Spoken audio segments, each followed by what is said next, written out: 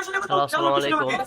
তো সবাই দেখেন এই মহিলাটাকে ব্যবসায়ীতে আটকেছে, কারণ সেই মহিলা নাকি সেই ব্যবসায়ীকে প্রোডাক্ট নিয়ে সবগুলা জাল নোট দিছে। তো সবাই দেখেন আসলে এগুলো জাল নোট, উনি কি জাল নোটের ব্যবসা করে নাকি এগুলো কোনো বিকাশের দোকান থেকে তুলে আনছে। দেখেন দেখার পরে যদি মনে হয় যে মহিলাটা আসলে জাল নোট বিক্রেতা, তাহলে সেই মহিলাটাকে পুলিশ হাতে তুলে দেন, আর না হয়তো যে মহিলাটাকে ছেড়ে দেন।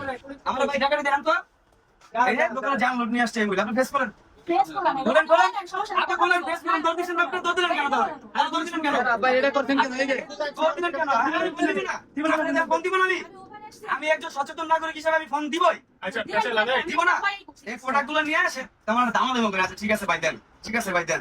দেওয়ার পরে উনি 3টা নোট দিছে আমাকে 1500 টাকা দেওয়ার পরে আমি বলছি এটা কি দিতেছে জাল নোট। উনি আবার ভাই করে এইগুলো আমার দেখাইতেছে আপনার টাকাগুলো জাল, 1 টাকা ওনার সলিড নাই। উনি বিকাশ থেকে ওনার প্রশ্ন হইলো উনি বিকাশ থেকে ওনার বিকাশ থেকে উঠাইছে। বিকাশে কি উনি কি দেখা উঠাইবো না টাকা কি কালার? আচ্ছা জালের সমস্যাটা আপনি ধরতে দিলেন কেন? দর দিলেন কেন? জালের সমস্যা হলে ধরতে দিলেন কেন? সাহস থাক